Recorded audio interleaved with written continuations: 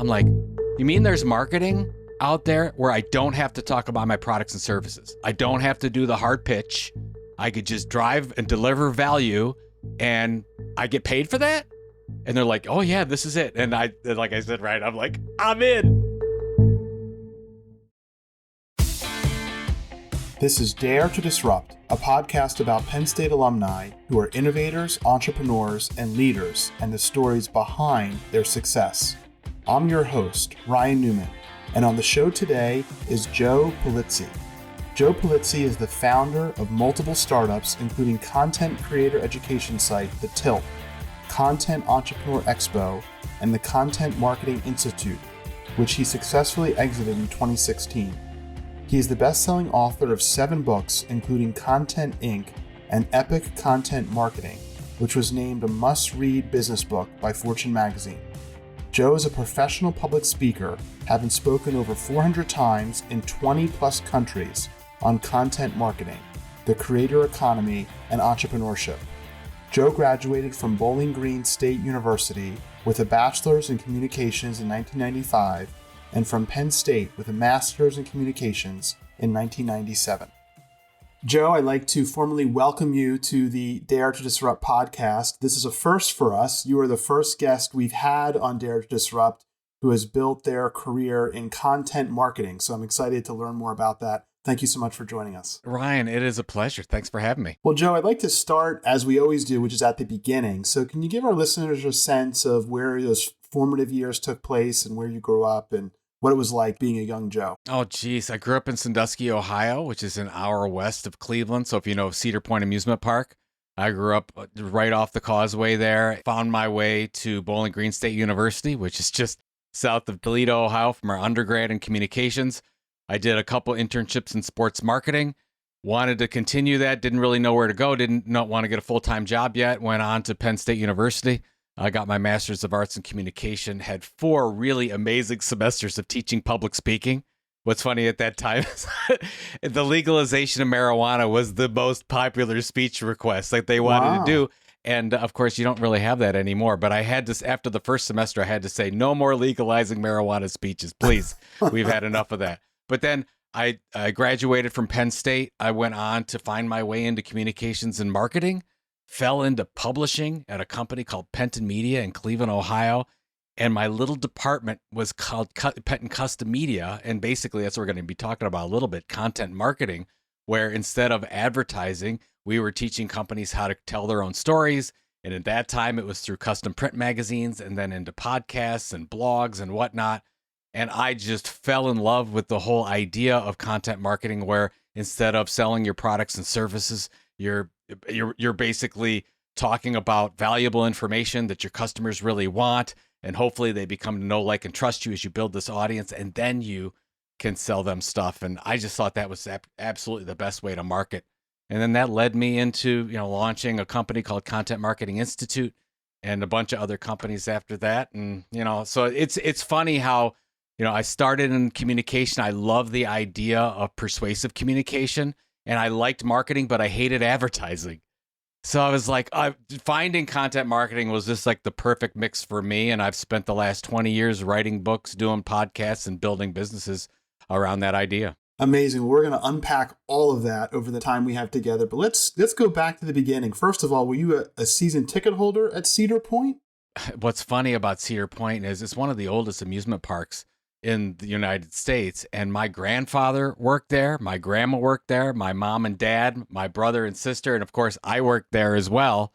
But probably starting in 4th, 5th, 6th grade, every day during the summer, my friends and I would go there. And we basically spent our time there riding the roller coasters, trying to get into as much trouble as we can. And I fell in love with the place. And it was so easy to get to because I could ride my bike to the boat dock and the boat would take us over to Cedar Point, and actually loved it. And what's funny is my oldest child today is a huge lover of roller coasters. So we go all over the United States whenever we can and find these weird roller coasters to go on. So we've kept it in the family. Very cool. So you started out, you're growing up in Sandusky, Ohio. How did you decide on Bowling Green as an undergraduate place to go? I came from a very small high school, St. Mary's in Sandusky, and my graduating class was 74 people. And I'm like, I really want to be around a lot of people. and I decided to go, let's go out to Bowling Green. And the other reason was probably, Ryan, I didn't know what I wanted to do. So being a liberal arts campus, and they had a lot of different options, and I'm like, great, I want to go there. I want to get into some trouble. I'll find my way. And I actually didn't even declare a major until my junior year. And the only reason I declared a major is because they forced me to. They're like, you are not going to graduate, Joe, unless you declare a major. You're going to have to spend like another 2 years here. So I declared my junior year. So talk to us about that indecision of being forced to declare a major and you still clearly had no idea what you wanted to do. What were some of those formative thoughts around that? Well, going to my counselor at the time, and I went in and I said, so this is the beginning of junior year, can I graduate on time? And she said, absolutely not. There's no way you can do it. I said, what's the limited amount of time where I can graduate? And she said, well, most of your classes are on communication. So I naturally were picking more classes around communication, persuasion, speech, those things. So whether I knew it or not, that's where I was going.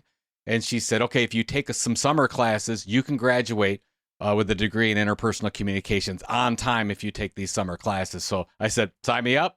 I'm going to be an interpersonal communications major, which is funny because now everything. It's going back. Everything about what I've looked at was I like to understand why people are communicating. My whole thing about marketing is how do you communicate to change somebody's behavior over a period of time.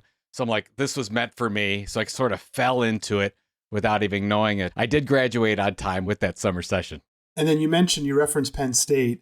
Did you immediately go into a master's program after undergrad, or did you do something in between? So at the summer, I was interning for the Cleveland Cavaliers basketball organization. As I was finishing at Bowling Green, I wanted to go into sports marketing, and I was lucky enough to get this internship.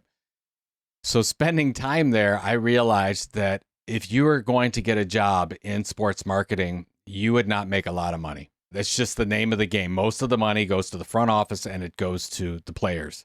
So, and I'm like, okay, well, maybe sports marketing isn't for me. Maybe I want to do something else. So I was hedging. I really didn't know what I wanted to do. When I started that as well, I said, well, maybe instead of getting a job, maybe I'll go on and get my master's degree because I wanted to continue this journey around communication. And I applied at Kentucky, Michigan State, and Penn State.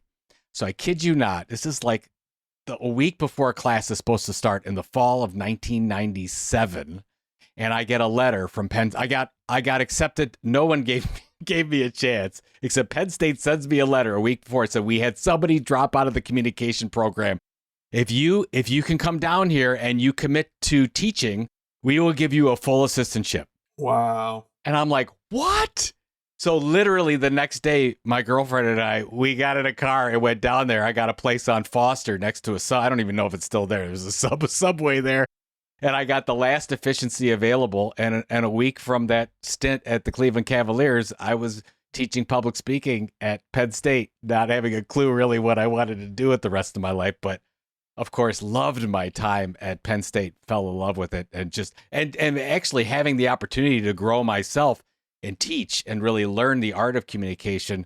It's incredible that I even got that opportunity, and that letter was perfect. Can you talk to us what it was like, those early periods of being a teacher? And was that something that came natural to you or you had to work at?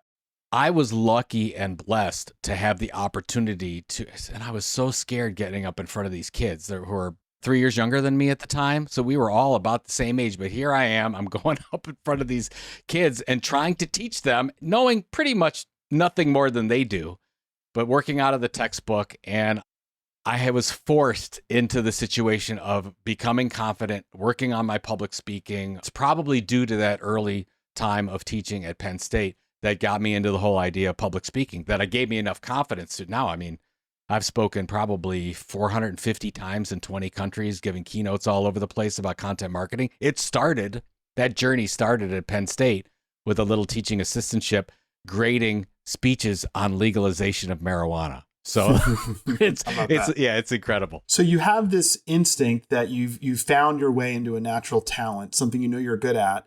You know you like the art of communication, perhaps even the art of persuasion. When did you really develop that sense that you wanted to marry that along with this idea of content marketing? How did that kind of come about? I'd like to say I made all the right decisions, but a lot of it was just good luck. I got back. My girlfriend, then my fiance, moved to Cleveland. And I'm like, okay, well, after I graduate Penn State, I'll move to Cleveland. And I wasn't able to find a job. I was sending resumes out. And then a friend of mine said, Joe, why don't you just go temp?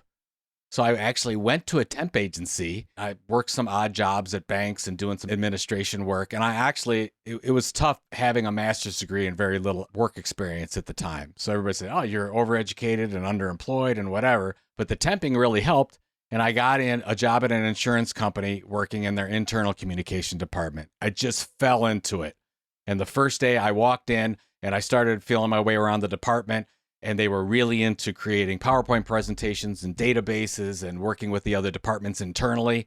And that first day I got offered a full-time job. And I remember I got the offer. It was $25,000 a year with benefits. And I went home to my fiance and I said, they're crazy. Why do they want to pay me so much money? Like, this is nuts. I took the job on the spot. I was so excited. I spent 3 years there and was able to work myself up to running that department, which was awesome. And what's funny is I started to do database work on the side. I learned to access databases and started to do some stuff on the side. And there was a little department that Penn Custom Media, Penn, big media company, big publishing company, and they were looking for some database help. And I applied as a contractor for that. Well, I didn't get that job, but then they had an open position as a project manager in their department. And I applied for that and got that. That was in the beginning of 2000.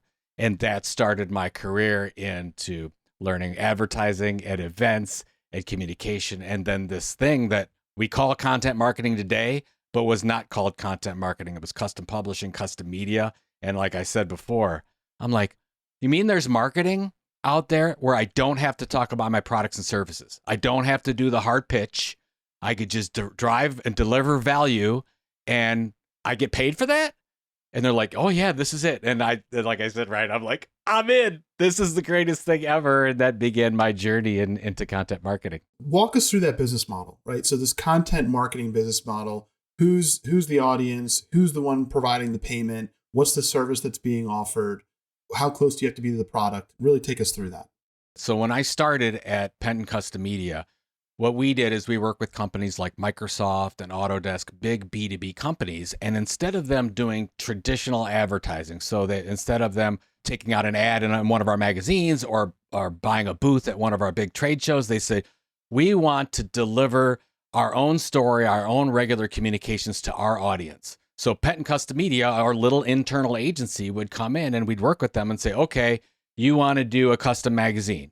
We'll take care of the whole thing. We'll figure out what your story is, find all the freelance writers. We'll bring a designer in. We'll figure out the production and distribution. We'll get the printer. We'll do the whole thing. In most cases, it was a quarterly print magazine. We would take their then database of their customers and we would send a direct mail magazine to those customers. And that's what we did. So we were like a little internal agency that nobody knew about in this big B2B media company because most people knew us for our magazines and our websites and our events, but they didn't know that we were doing this custom content.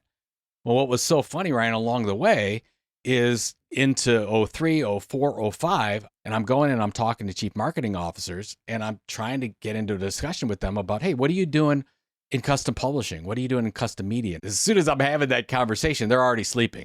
They're like, you mentioned publishing to a chief marketing officer. They're not interested. And I started to throw out some different terms and I said, well, what are you doing in content marketing? They had no idea what I was talking about, but I said marketing, so it got their attention. And I said, there might be something here, but also at the same time, I realized that if they were doing any kind of content creation, that they were trying to build an audience, that they weren't trying to rent media, they weren't trying to interrupt people, they were trying to create their own value, there was nothing formal. Those departments were maybe publishing an internal magazine. They maybe had a newsletter, but it was probably not part of marketing and it was all over the place and it wasn't organized and it wasn't measured. So then I thought, there's an opportunity here. Like somebody needs to go out and create an organization to educate marketers on the practice and strategy of content marketing, of actually doing this and figuring out how do I create valuable and relevant education on an ongoing basis, position myself as the leading informational expert. And if I do that well, that group of people will come to know, like, and trust me. And if they come to know, like, and trust me, they might buy from me or buy more from me or stay longer as customers or whatever, sort of the definition of content marketing. And that's when I I left my executive position in March of '07, went on to create what became Content Marketing Institute, and a very, very tough business until 2010. And really, when social media took off, all these companies realized that, oh my God, we've got all these social media channels, but we don't have any good content to put in it. Well, I'd like to pause there and just really focus on that one point. You're at a content custom media company, and you then make the decision to take the great leap into starting your own company. What was that experience like? And what were some of your earliest thoughts? And did you have a safety net? I had the idea for an early content marketing play in 2005. So I'm at this publishing company and I'm thinking 2 years before I do it, I would really like to start my own business. I always wanted to start my own business. I come from a long line of entrepreneurs. My grandfather and my uncle were funeral directors. My father and mother owned a restaurant, and I really wanted to go into that area. But in 2005, 2 kids, they were 2 and 4 at the time. We were just getting started. We had no money. I'm like, I don't know if this is a good time. And then finally, I just had a conversation with my wife, and I kept talking about starting something. I don't know exactly what it is, but I think it's going to be in this content marketing field. She was wonderful. She basically said, look, if you don't do this, you're going to regret it the rest of your life. We'll find a way. We cut our expenses down significantly. We sold a car. We stayed in our little bungalow house, and we said, okay, we're going to cut expenses down so we can make this and go. I left in March of '07 and left Penton, and I had an ongoing consulting retainer with them for about 3 months after that. So that was my little safety net of I'm leaving and I'm still going to have some money from consulting for 3 months. I was able to patch together a couple other clients that I had relationships with that I didn't expect to over that period to keep it going, so where we would get revenue in. But we lost a ton of money. We were trying to build some online products and things that didn't really work out. During this time, the only thing I had going for me, and my wife and I, who she helped me run the company, so I was definitely a co-founder. I had a blog called The Content Revolution, which basically I wrote an article 4 times a week, and I had a newsletter about the practice of content marketing as I'm trying to figure out these products and my consulting and my speaking and figure this whole thing out. Well, what's great is that we had about 10,000 people that signed up to get our newsletter. So there was an audience there. So I was doing my own content marketing, if you will, but I had yet to create any kind of revenue.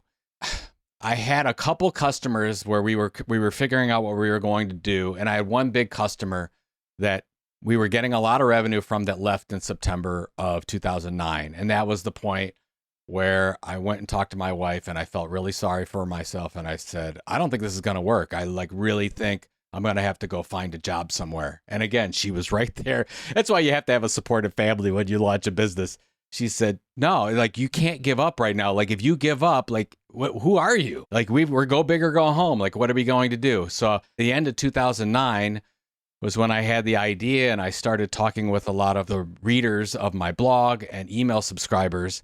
And I said, oh, there might be an opportunity for a formal company that educates and does events and does a magazine and create our own little media division for content marketing. So that's when I said, okay, I'm going to give it another 6 months.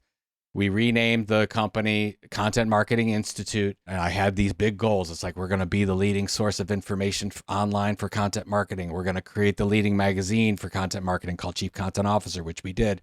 We're going to create the leading event for content marketing, which we did, called Content Marketing World, and repositioned everything. So from then, fall of 2009, when I felt like everything was coming down around me and I was going to lose it, in May, we relaunched this whole brand called Content Marketing Institute. And Ryan, it took off right away. I knew we hit a home run because for whatever reason, that resonated, that name resonated. And then we started to go big. And, 5 years later, we were a $10 million company. If you're a small business owner, you have to have patience. Most small businesses fail in 5 years. If we didn't set our expenses so low and I didn't have a supportive family and we didn't put money away ahead of time, I probably wouldn't have been able to make it. Incredible. And what's so fascinating about what you did is you basically became the leader and the authority of a burgeoning industry. And you were essentially creating a convening space for all these people to come together, as well as publications and education around how to train, how to do something that previously didn't even exist. So what's it like to actually sort of harness a whole entire segment of a new business channel and to really emerge as the authority in that space? I don't know. It's funny. I don't know. I feel so blessed. First of all, one of the greatest community on the planet are the group of marketers and content creators out there. They're just giving people, and to be part of that is humbling. But it's funny. This was a good story. Was from September 2011. We were starting our first event, Content Marketing World, which became like our leading driver of revenue. And I had the idea a year before, and I said, well, let's do an event where we get all these people together and we can learn and train together. I said, do you think we can get 100 people to Cleveland, Ohio for a little event? And I get out there, I'm ready to go. We've got a bunch of people coming in, and I'm ready to give the opening keynote for Content Marketing World 2011, which was our first one in Cleveland, Ohio. And I look out and I see 660 people.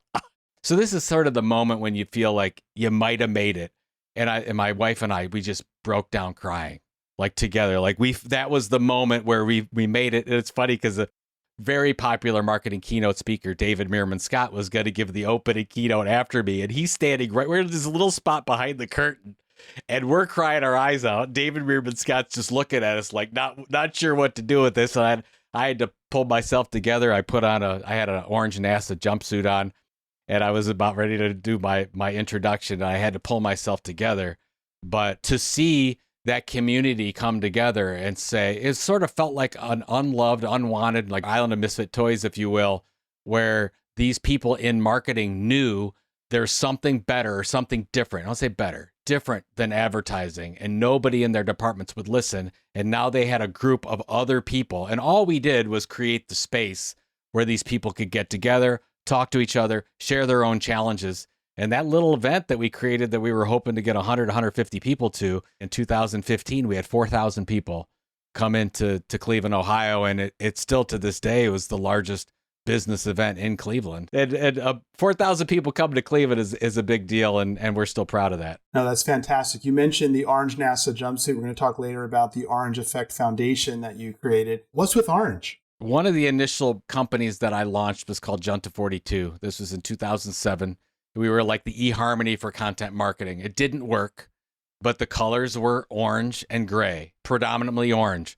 And I'm like, well, I need to get a professional headshot. I better wear the company colors. So I wore an orange button-down shirt with a jacket, and that was my image for everything that I did. And then when I got my first speaking request in the United States, I said, well, orange, I'm branding the orange. I better wear an orange shirt. So I wore an orange shirt. I get called for my first international gig. This is February of 2009. And they call me up because I wrote a book called Get Content, Get Customers that was doing fairly well. And they said, Joe, would you give the keynote over here in Brussels, Belgium? I said, yeah, happy to. They said, the only problem is we want you to wear a black tux. I said, I'll wear a monkey suit. I'll wear whatever you want me to wear. If you're going to pay me to come over, I'm happy to do it. I go up, I get in the black tuxedo, I do the whole thing. I come down off the stage, and there's 200 people there that I've never met before. And I had 3 people at that event who were speaking English as a second language come up to me and ask me why I was not wearing orange. And I was like, what? I don't understand. Like, what's with the orange? They said, every picture we see of you online is orange. You're wearing orange. And I didn't deliberately do this, but I looked, it's like, that's absolutely right. Everything I did, I had this orange on, so I branded myself as orange. And from that moment on in Brussels, Belgium, I went off the deep end with orange. I mean, if you look in my closet, it looks like that scene from Pulp Fiction where they open up the briefcase and this big light of orange comes out of it. That's all I have to wear are orange clothes now. And I believe that anything that you can do as a content creator, or as a public speaker, or as a brand representative to differentiate yourself, it will help you. And I believe we've gotten a lot of business because of that. So everything I've done, I mean, if you look at any business that I've created, from Content Marketing Institute to the Tilt to any of the other events that we've done, there's some form of orange. I'm wearing orange, and I will continue to do so probably until I die. So you decided eventually to exit Content Marketing Institute. Can you talk about just the drivers of that decision and then what you ended up doing next? So yeah, I'm a huge goal setter. I was writing down and keeping goals since January of 2008. What's funny is I read some books. I read Think and Grow Rich by Napoleon Hill. I read Stephen Covey's amazing books.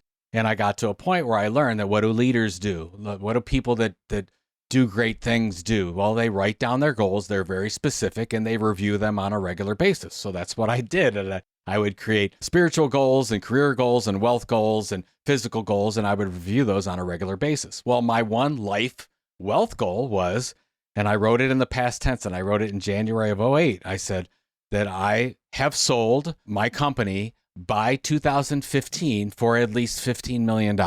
So that was my goal that I wrote. And I didn't have, it's so audacious. I didn't have 2 nickels to rub together at the time. We were losing money like crazy. I didn't even know what business that we were in at the time. But I said, that's what I want to do. And I had that number was specific because I talked to my accountant and I said, what do I need for like forever money? What do I need to do so that I can spend this time with my kids? I don't have to worry about it. I create this generational wealth.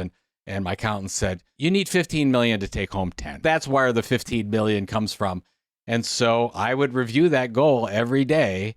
And I believe I made decisions with the business, and my wife and I made decisions with the business to get to that goal. Now, we did not exit in 2015. We ended up exiting in 2016, but that was always the goal, to have some kind of exit so that I could remove myself from the business, create this wealth opportunity for my family, and then also at the same time spend more time with my kids. And I was able to take a full year off. I took a full sabbatical year in 2018. And I think the reason is because initially I set up that goal for me to do so. And I know a lot of people don't do this and they maybe don't think that far out, but I'm a big believer that if you review those goals on a regular basis, they sort of work themselves subconsciously. You sleep, you think about these things, and you make decisions based on those. But you have to have the goal. You have to know why you're doing it. You have to know why you're getting up in the morning. One tactical question, because I get asked this question a lot as a fellow goal setter, is when 2015 came and you hadn't yet sold your business and yet you had it written down that you were going to sell it by 2015, did you just extend the goal by a year? Did you question if you should still keep the goal? Did you view yourself as a failure because you hadn't achieved what you set out to do, kind of in that hard ink? It's such a great question. In 2013, I was so we were growing. We were probably like $5 or $6 million by then. We were doing very well. But I was looking at that goal, Ryan, and I said, I don't think we're going to make it. Like, I have to be honest, like something has to happen. So we actually acquired an awards company. So we created the Content Marketing Awards, acquired a West Coast tech event to add to that. And I'm like, okay, we're getting there. And 2015, I'm like, we're so close. But I knew we were not there. And to be honest, I was a little disappointed. But at the same time, the business was really doing well. And so by mid, I knew that we were going to be there by the end of 2015-16. And we went out for sale in the middle of 15. So I felt like, I made some of those early decisions and I kept that goal. And basically I extended it. I said, it's 2015. I'm in the sales process. I'm actually talking to we got our first letter of intent to purchase the company in November of 2015. And then it took us 7 months from that point to close the deal. So we closed in June of 16. So yeah, I extended that, felt confident that we were going to get this thing done. There were a couple times that I was really depressed because in the beginning of 16, I didn't know if the deal was going to go through and I didn't want to start over again. And I have to reevaluate my goals and things, but we were able to get that thing closed. You get to that goal. How much time did you take to just sort of digest your success before you started your next venture? So I worked, a part of the sale was that I would only stay on for an additional year and a half. And for anybody listening to this that knows anything about earnouts or staying a part of a company, if you can shorten that as much as possible, it's a good thing because as soon as you sell, it's not yours anymore. It's not your baby. It's somebody else's, and they will make decisions that you don't agree with. Now, we sold the company to a wonderful organization, and the company's called Informa now. They're great. They've taken really good care of that brand. But I knew that I needed to go, so I did that year and a half. Here's where I struggled, Ryan, is as a goal setter, I'm like, what's the next thing? Am I going to write a book? Am I going to do this? Am I going to do that? And everybody was asking what's next. And I was really getting I had a lot of anxiety in 2017 about what am I going to do next? Like, what's the next big thing for Joe Pulizzi? And my wife, thank goodness, I bring her up a lot because she saved me in quite a few occasions. She said, don't put that pressure on yourself. Tell them you're going to do nothing. Tell them you're going to take a break. And that's when I started doing research on sabbaticals. I said, I'm going to take a full year sabbatical. I'm not going to do any like work for a full year, 12 months. And the first month of January, I'm going to do no electronics, no phone, no email. I'm going to do a full cleanse, which by the way, the first 2 weeks, Ryan, very twitchy. I mean, I was a big social media guy at the time. It was very tough to do. So it took me a couple weeks, but one of the best things I've ever done. My wife and I, we did something different every day. We always had something to do. And in February of 2018, I took my dad to Sicily. He never met any of his family in Sicily. I was able to do that. Now that his mind is not where it once was in 2018, and to do it at that time was such a blessing. And it was a great time for me to reset and then figure out, okay, what do I really want to do next? So you come out of that, your head's clear. What did you tackle next, and where did it take you? I wanted to do something that would stretch me creatively. Up to that point, I'd written 5 or 6 nonfiction books. I was pretty decent at writing a business marketing book, but it's something that I was used to doing. I wanted to do something that felt very uncomfortable, very different, and would make my brain work in ways that I've never worked before. So I ended up saying to my wife, what's your favorite book? And she said, I like thrillers. I said, I wonder if I could write you a thriller. Wow.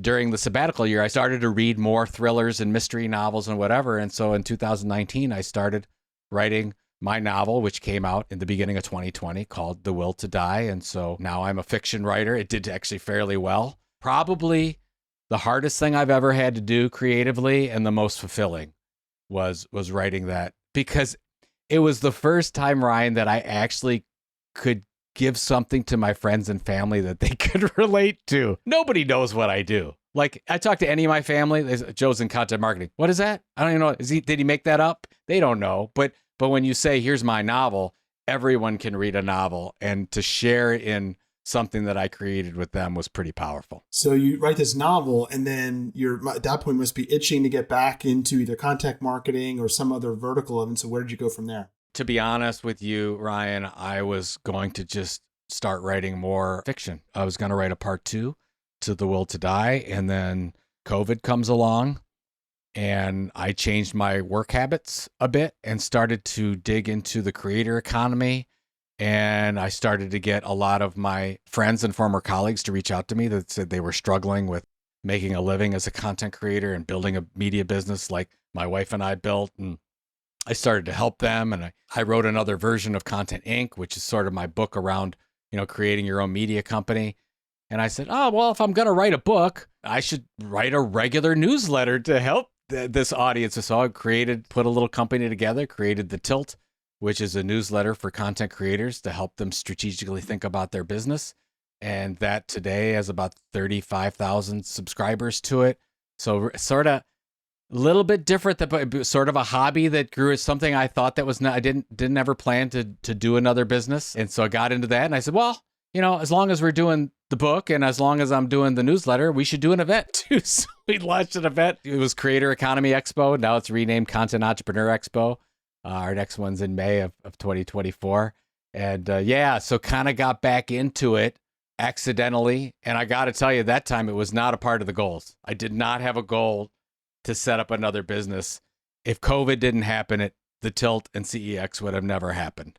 It's just a response to that environment and people wanting information that they couldn't find anywhere else. Could you talk about the relationship between a content creator and a content entrepreneur? And more importantly, can you define all of this for us, for our listeners, and maybe even give an example? Sure. So content marketing, first of all, is a very corporate thing. That is, you're a business that sells products or services, and you're going to market a different way by not selling your products and services directly to them or advertising. You're going to create a newsletter or a blog or whatever to hopefully sell more products that you have. So that's a different thing. If you're looking at the creator economy, or you're looking at basically full-time content creators, this is what they want to do for a living. We call them content entrepreneurs. These are people that are maybe start with a YouTube channel, they start with a newsletter, they start with a blog, and they're trying to build an audience. And they're trying to build what we call a minimum viable audience, an audience large enough where they can monetize that audience. And generally these content creators, which people will know as like a Mr. Beast, or they're your favorite TikToker or whatever, they monetize in a lot of different ways. They'll sell brand sponsorships, they'll sell advertising, they might launch their own event, they might sell training or courses or membership or books or whatever. And generally, the average content creator that comes to our event, Content Entrepreneur Expo, probably monetizes 6, 7 different ways. And you try to get up to a point where you're creating like a little media business. So that's where I like to use content entrepreneur instead of content creator. A lot of people say content creator. The only reason I don't like content creator, Ryan, is because anybody is a content creator who posts on any social media. A content entrepreneur tells me you are a business and your business approach is to build an audience first. That audience comes to know, like, and trust you. And then because you find your true fans, they actually buy stuff from you. So that's where it's a little bit differently. And I'm trying to push this term kind of like we did in the past with content marketing. I'm trying to push this term content entrepreneurship to differentiate from the hobbyist or just the passing content creator to somebody that's like, hey, I do a podcast full time for a living, which is different than anyone else just creating content out there. So today, in this current schema where you've got your own expo, you've got podcast, you've got the Tilt, who is your ideal audience member? Who's the ideal listener for what you're doing? And what are the types of topics that you share and elaborate on in these different forums that provide a compelling reason for these folks to really dial in and want to listen? So most of the people that subscribe to our newsletter or go to our event, they have been creating content for 1 or 2 years. They haven't quite made it yet. They're not quite to profitability. They may be struggling a little bit. They may have doubts with what they're doing, but they're getting there.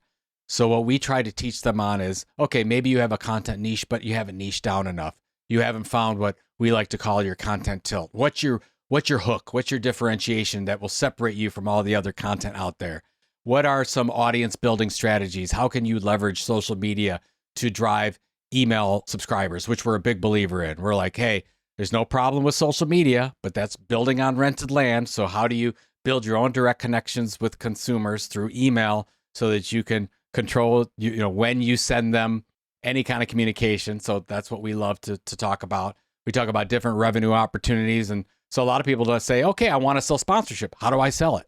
They don't know how to do that. It's like, hey, I want to launch my first book and sell it directly. How do I do that? So we talk about those types of things. And we talk about like the business of it as well. Like, what are the legal challenges? What are some IP protection things that you need to look out for? What are some financial things that I should know about when I'm thinking like a content creator? What are some tech? What's my tech stack look like? So we talk about all those things strategically on how to get you to profitability quicker. And our whole thing is we want you to be financially independent with this model. How can we get you to that point as quickly as possible so that you can do all the other things that you want to do with your life? Incredible. And for somebody that's listening to this that may want to start becoming a content creator or a content entrepreneur, what's the best way for them to start to get into your thought stream and into the flow of ideas that you're providing? Sure. Yeah. The business newsletter is thetilt.com. So go ahead and sign up. It's sent 2 days a week. It's education about how to build your content creator business. And then my personal newsletter is joepulizzi.com, Pulizzi.com. I send a newsletter out about how I'm thinking about content entrepreneurship every 2 weeks. And then I've got my latest book called The Content Entrepreneur that just came out. And then, of course, our events like CEX, you can find them on either joepulizzi.com or thetilt.com. Incredible. Before we move over to the student guest, I wanted to ask about the Orange Effect Foundation. Can you talk a little bit about that and what the motivation for that was and what the purpose of that is? Thank you. Yeah, near and dear to my heart. Our oldest was born on the spectrum, autism. And as we were working on aggressive speech and play therapy, our oldest couldn't speak words. He's 3 years old, mostly grunts. So aggressive speech and play therapy, was able to actually go to regular school by the age of 6, was able to do that without a tutor by the age of 8. And the reason why was because of this aggressive speech and play therapy when my oldest was very, very young. And during that process, I found out how many families could not afford. We were lucky to afford these services. They're very costly and unattainable by some families. And I found out during this process, a lot of families couldn't afford it. And that just devastated me. And I'm like, we've got to do something about this. So we started a golf outing in 2007 to provide for those people who couldn't afford it, didn't have insurance, didn't have grants, didn't have any other way to pay. It's sort of a last resort. Formalized it in 2014. created a 501c3 called the Orange Effect Foundation.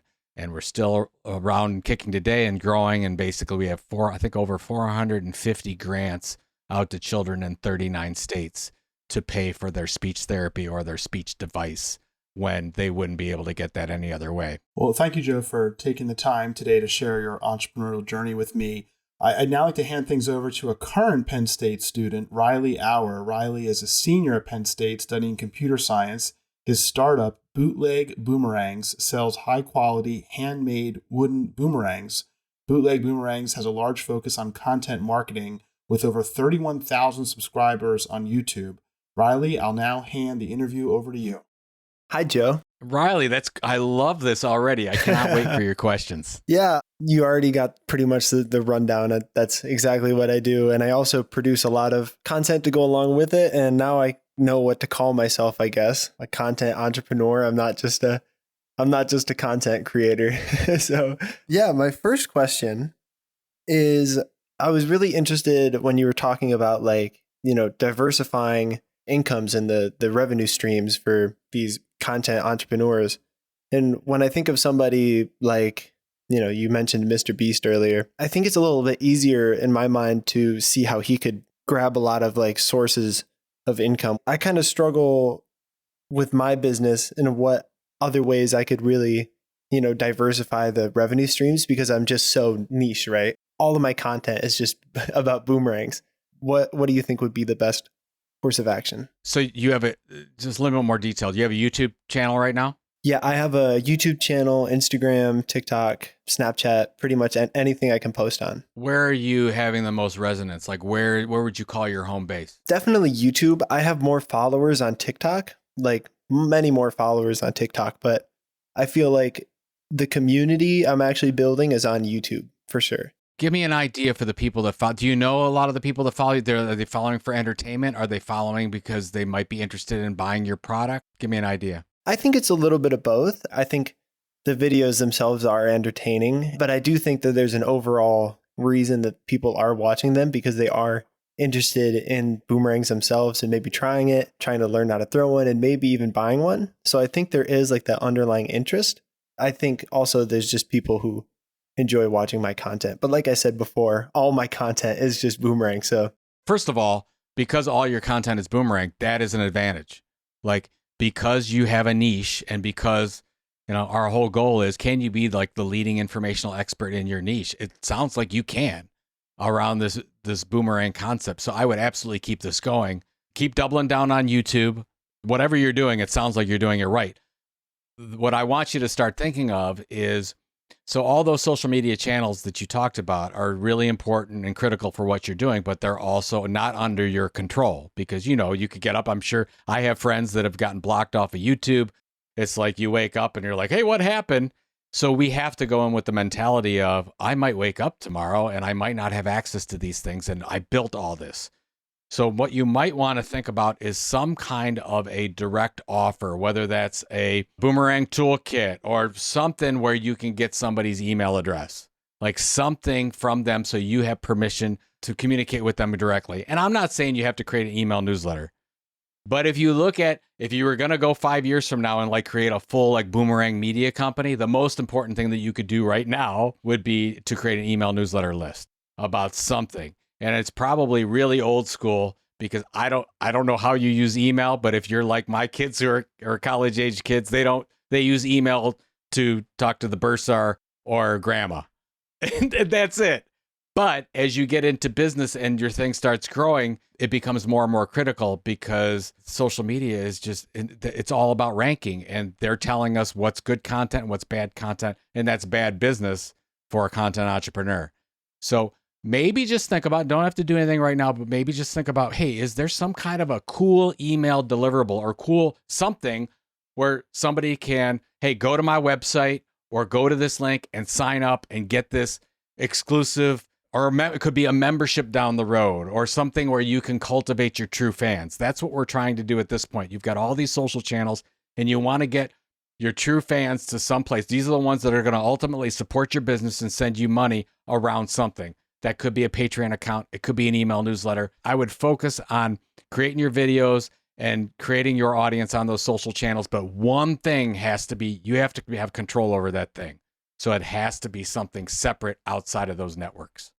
Okay, that makes total sense. And that's a really interesting way of looking at it. Like you can post all day and you can try to figure out, what the algorithm is looking for. But at the end of the day, it's not really in your hands. So getting like that community in a place where it is in your hands is really interesting advice I've never heard of, and I'm definitely going to look into it. And that kind of leads into my second question, and I guess it kind of answered it, but I was wondering if you could give me any more tips and tricks for this as well. Like I have a pretty big following, but I don't feel like I have like a very strong community right now. It feels like people just kind of come, watch the video, and then go. A few people that I know and they comment on a bunch of the videos, but I don't feel like there's like a strong community, and that's something I'm really looking to do. Do you think the best way about doing that was kind of what you were talking about earlier? I guess I don't want to tell you to do anything else. What I want you to do is double down on home base, whatever that is. It sounds like that's YouTube. Where a lot of content entrepreneurs go wrong is they're like, I have to do all the things. And it sounds like you're already doing a lot. I would like you to maybe look at your YouTube and say, okay, how can I, like Mr. Beast just came out and said he's going to post less, but more quality. I don't even know how that's possible because he's already doing incredible quality. But that's a thing where you can say, okay, that home base, and then you can cut up all those clips and do whatever on the other social channels. But the main thing is, how do I get everybody to that YouTube? If you look at the time that you're spending on all those platforms, is that the right amount of time? Like, is there, or let's just say X, whatever. Is that a waste of time, or is that not? Like, just make sure that you're not spending time on things, because 3, 4, 5 platforms is a lot already to go after. But once you get to a point where you feel like you have an audience large enough that will take the next step, that's when you actually could think about adding in some different types of components. Like, hey, maybe I can add in do you sell sponsorship already? I don't do any sponsorships, and that's something okay. It's weird because like I'm already a brand myself, right? It's not like the brand isn't me. It's the brand is Bootleg Boomerang. So it's just, I've been hesitant, and I don't know if I should be hesitant to work with like, other brands and sponsorships. But then again, I haven't, really went down that path yet. So there's no one right answer to this, but if I was, with the little that I know about what's going on and all, you're already doing such good work. Traditionally with media consumption, once you build an audience on one platform, generally, if you can get them to engage in your content in another way, that increases the loyalty tenfold. When we started Chief Content Officer Magazine, the reason why I started that was I believe that if I got people to read the blog and engage in the magazine and like listen to the podcast, they would become exponentially more loyal. And it absolutely worked. And those people became our best customers. And you could do a way where you could create something from the content you already have and whatever style that you think would be cool, that they would want to get to take that relationship to the next level. And again, you're saying that you don't have anything to talk about, but you have a lot to talk about specific to this group of people that are your super fans. So what is something that they would really love to get? An exclusive print book on XYZ, whatever that is. Or something that would go along with, maybe it's cut like a boomerang or something, whatever. You could do some really cool things in print and they would want to be part of that. And you're going to do the first 100 or the first 200, or maybe you just say, hey, I'm going to do it for a month. Make it a little bit exclusive. But that's another way to get a little bit closer to those fans. It sounds like that's where you can't do yet. You can't identify your super fans. You know you have them. You sort of see them in the comments, right? But you want to know for sure. It's creating something offline where they can send you a little bit of money to support it. You're not trying to make a lot of money here, but you're trying to identify an audience. So I sell my boomerangs to the people who watch my content, right? That's the only way people find my boomerangs really, is through the content. But I've thought of in the past of maybe doing some type of service to, once people get the boomerangs, it's somewhat difficult to learn how to throw them. I try to make that really, the whole process really smooth by making the boomerangs easy to throw and really documenting like all the steps you need. But I was thinking maybe down the line, I could offer some service where I could join a Zoom call with them trying to throw the boomerang and teach them how to throw it better. But I guess now even saying that out loud, that's it would be a really slow process to build like a a big community. Well, I don't know about that. You might be on the right. So the other thing is you want to be respectful of your own time because you only have so much time and you want to be strategic about the business. But if you look at what a lot of the content creators and entrepreneurs in our community do, they have a membership group, and that membership group meets on a regular basis. It sounds weird, but you might have your own little VIP group as well that you can get on a call with, that you've got the video on you and you're showing, and they can communicate with each other. That's going to be the power that's going to take your community to the next level, where they can talk to each other. Talked with Ryan about Content Entrepreneur Expo. It's not a big community, but it's going to be about 400 content entrepreneurs that come together. And a lot of people say, hey, we go to events because we want to learn. Yes, the education is important, but they don't come to the event to learn. They come to network. They want to meet people who enjoy the same interests, that are challenged with the same things or whatever. And if you do that, that's going to be critical. So whether you use a Zoom meeting for that, or whether it's on Patreon, that might be it. You're thinking the right thing, but think more of, how do I get these people together to increase the loyalty and ties and be able to do what you want to do? So when I make content, I always try to make it super engaging, super fun to watch. So people can just, while they're swiping through on their phones, they can watch the video and enjoy it. But something that I've noticed is that I can get a lot of views on these videos, but my conversion rate, people actually traveling from the video to my website and purchasing the boomerangs, is really low. And I think it has to do with the fact that I'm not really pushing them to actually buy the boomerangs in the video. I'm always hesitant to do that because I don't want to seem like that's the only reason I'm making these videos, but it's crucial to this business that I increase the conversion rates, but I haven't been able to find that sweet spot. Could you give me any advice? It's a great question, and every content entrepreneur struggles with the same thing. You're like, what's the right balance? And I don't want to sell because I want to keep being informative and valuable and whatever. So what's worked for me and has worked for a lot of other content entrepreneurs is just separate the sales pitch from the valuable content. So you just keep doing your YouTube videos. If you're going to run an ad for your boomerangs, just slice it right in the middle, or do an update at the end, or do an update in the middle and say, hey, you guys know I do these videos, whatever. And to make sure financially viable business here, I'm selling these things. And here's my sales pitch. So treat it like an ad. Like if I was going to do that with my e-newsletter business, which I have, I would do, valuable content, and I do an ad break. So that takes a lot of the pressure off you to say you don't have to insert it persuasively into your content and change your pitch. Don't mess with that. So keep being yourself, keep doing your thing, but just put in your little 30-second blurb. That's how media companies do it. Here's the show, here's the commercial. Here's the show, here's the commercial. That's the same thing you're doing. Everybody is used to that.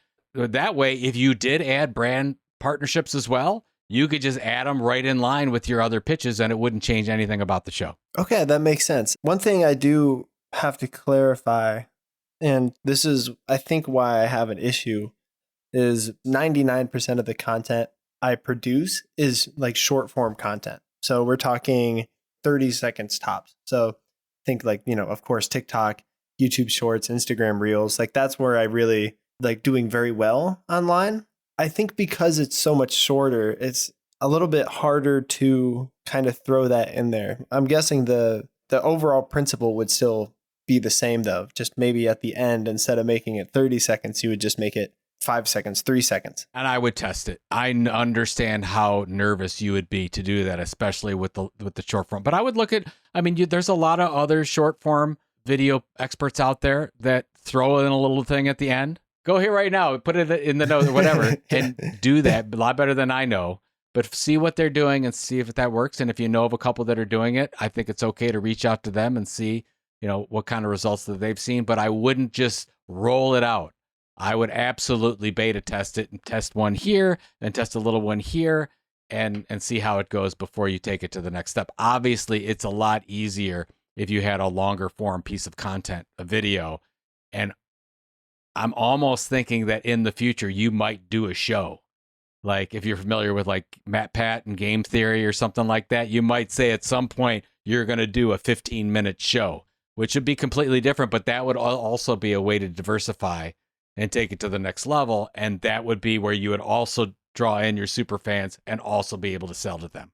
So maybe down the road, you might be ready for something like that. Okay. Yeah. Down the line, I am definitely going to do some longer form content. I really want to do bring on like celebrities and teach them how to throw boomerangs and do like a pseudo interview throughout that, kind of like Hot Wings, if you've ever seen that show. Oh yeah. That's something I'd really So that like would be the perfect way. Yeah. So maybe you honestly don't force it with the short form. Maybe you say, I'm going to keep the short form pure. That's working well. And then when I do launch the show, whatever the show is, then you naturally have that break to say, here's the pitch. And all I need now is for celebrities to sign up. It sounds like you're halfway there, man. It sounds like you're not going to have a problem. By the way, the hardest part is just actually asking. I think that you will find out that some of those celebrities are already your fans, and you just need to reach out and ask, and you'll never know. Like I didn't think Kevin Smith for First Content Marketing World was going to say yes to speaking at Content Marketing World,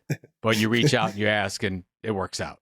Okay. Thank you so much for answering all my questions. Hey, great job. I'm going to follow your stuff. Thank you. It looks awesome. I cannot wait to dig in. Thank you so much.